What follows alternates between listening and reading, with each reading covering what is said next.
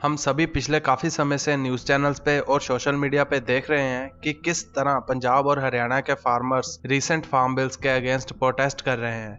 आज की सबसे बड़ी खबर है किसानों का आंदोलन और हजारों किसान इस समय देश की राजधानी दिल्ली की तरफ बढ़ रहे हैं। Now, farmers continue to be on warpath against recently passed farm laws. किसान आंदोलन से जुड़ी हुई इस समय की बड़ी खबर आ रही है। केंद्र के नए कृषि कानूनों के विरोध में आज पंजाब हरियाणा के किसान दिल्ली मार्च कर रहे हैं और पंजाब हरियाणा बॉर्डर पर किसानों पर पानी की बौछारें की गई है। 27 सितंबर 2020 को ये 3 फार्म बिल्स पास हुए, जिसकी वजह से किसानों ने प्रोटेस्ट करना शुरू किया। Welcome to focus. तो आज हम इन्हीं फार्म बिल्स के बारे में बात करेंगे और जानेंगे कि किसान इनके खिलाफ क्यों प्रोटेस्ट कर रहे हैं।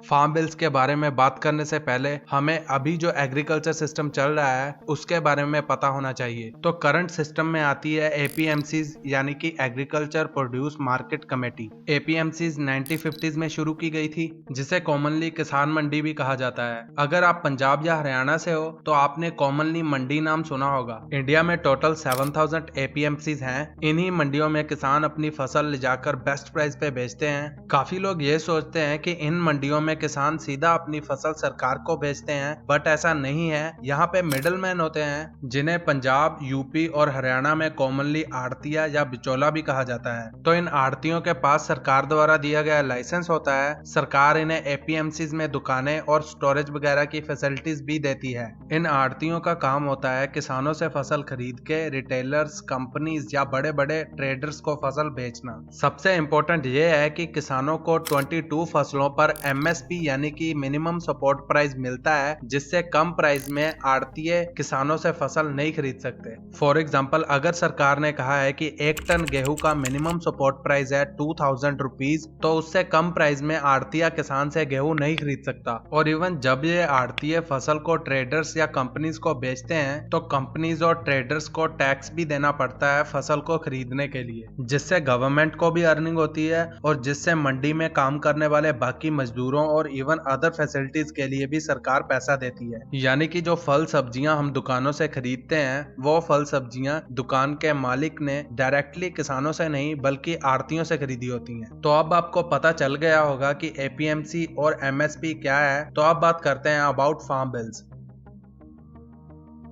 तो पहले बात करते हैं अबाउट फर्स्ट बिल। पहले बिल में 2 मेजर पॉइंट्स हैं। फर्स्ट पॉइंट के अकॉर्डिंग अब किसान किसी भी स्टेट में अपनी फसल को जाके बेच पाएगा, और सेकंड पॉइंट के अकॉर्डिंग अब प्राइवेट मंडीज भी बनाई जा सकेंगी। Second bill is about contract farming, मतलब फार्मर्स कॉन्ट्रैक्ट कर सकेंगे कंपनीज के साथ। Third bill is based on storage. पहले काफी मिडलमैन या व्यापारी बहुत सारी फसल स्टोर कर लेते थे और उस फसल को तब बेचते थे जब फसल का प्राइस बढ़ जाता था। तो इसी स्टोरेज को रोकने के लिए अब मिडलमैन या व्यापारियों को ज्यादा फसल स्टोर करने पे रिस्ट्रिक्शन लगेंगी।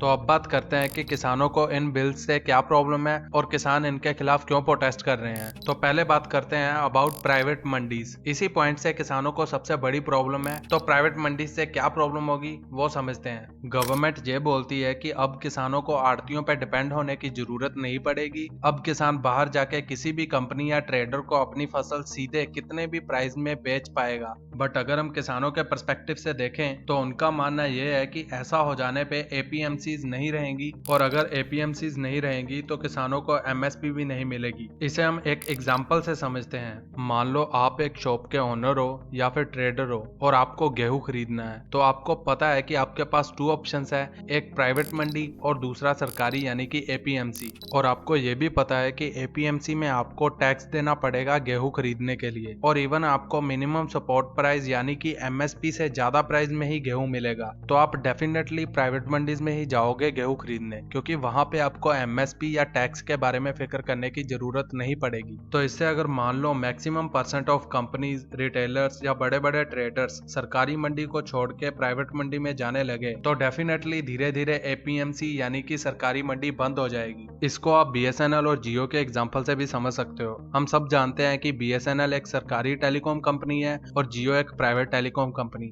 हम सब ये भी जानते हैं कि जियो के आने से पहले काफी private telecom companies like idea, Airtel exist करती थी, तो उन्होंने एक तरह से बीएसएनएल को खत्म कर दिया था। बट जियो ने 2016 में 4G सर्विसेज को फ्री देके 35% ऑफ टेलीकॉम मार्केट को अपनी तरफ कर लिया, जिससे आज बीएसएनएल सिर्फ उन एरियाज के लोग यूज कर रहे हैं जहां पे जियो या एयरटेल जैसी कंपनीज इन्वेस्ट नहीं करती। अब मैक्सिमम लोगों के पास बीएसएनएल का ऑप्शन नहीं है, तो अब अगर जियो प्राइस बढ़ा भी दे तब भी लोगों को उसी प्राइस पे इंटरनेट लेना पड़ेगा। किसानों का डर यही है कि प्राइवेट मंडी आने से बीएसएनएल की तरह सरकारी मंडी भी बंद हो जाएगी और किसानों के पास एक ही ऑप्शन बचेगा फसल को बेचने का, और वो होगा प्राइवेट मंडी। एपीएमसी बंद होने से किसानों को एमएसपी भी नहीं मिलेगी, जिससे बड़ी बड़ी कंपनीज किसानों से बहुत कम प्राइस पे उनकी फसल खरीदेंगी, जिससे किसानों को बिल्कुल भी प्रॉफिट नहीं होगा। तो इन सब चीजों से फायदा किसका होगा? बड़ी बड़ी कंपनीज और रिटेलर्स का। तभी आपने किसानों से काफी इंटरव्यूज में सुना होगा कि गवर्नमेंट अडानी अंबानी को फेवर कर रही है, ना कि किसानों को। सेकंड बिल के अकॉर्डिंग अब किसान अपनी फसल का किसी के साथ कॉन्ट्रैक्ट कर सकते हैं, बट किसान चाहते हैं कि उनको कॉन्ट्रैक्ट्स पे एमएसपी मिले, जिससे एक अच्छे प्राइस पे उनकी फसल का कॉन्ट्रैक्ट हो।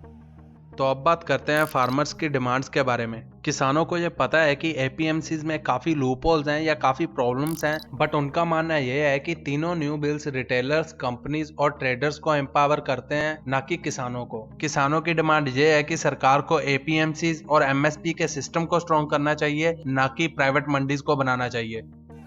इन 3 बिल्स के इम्प्लीमेंट होने से हमें 2 सिनारियो देखने को मिल सकते हैं। पहले सिनारियो में हो सकता है कि किसानों को प्राइवेट मंडीज आने से प्रॉफिट हो, डबल प्राइस पे किसानों की फसल बिके और एपीएमसीज की प्रॉब्लम प्राइवेट मंडीज दूर कर दें। बट दूसरे सिनारियो में जो होगा वो हम सब जानते हैं। ये प्रॉब्लम सिर्फ फार्मर्स की नहीं है, ये प्रॉब्लम पूरे देश की है, क्योंकि एग्रीकल्चर सेक्टर से हमारे देश की पॉपुलेशन का 53% हिस्सा डायरेक्टली जुड़ा हुआ है, और वो एग्रीकल्चर सेक्टर ही है जिसकी वजह से हम हमारी प्लेट में रोज खाना देख पाते हैं। अगर आप भी किसानों के साथ हैं देन प्लीज वीडियो को ज्यादा से ज्यादा शेयर करिए, जिससे किसानों की आवाज और लोगों तक पहुंच सके। Thank you so much for watching this video. If you want to support our work, then please like the video and subscribe the channel.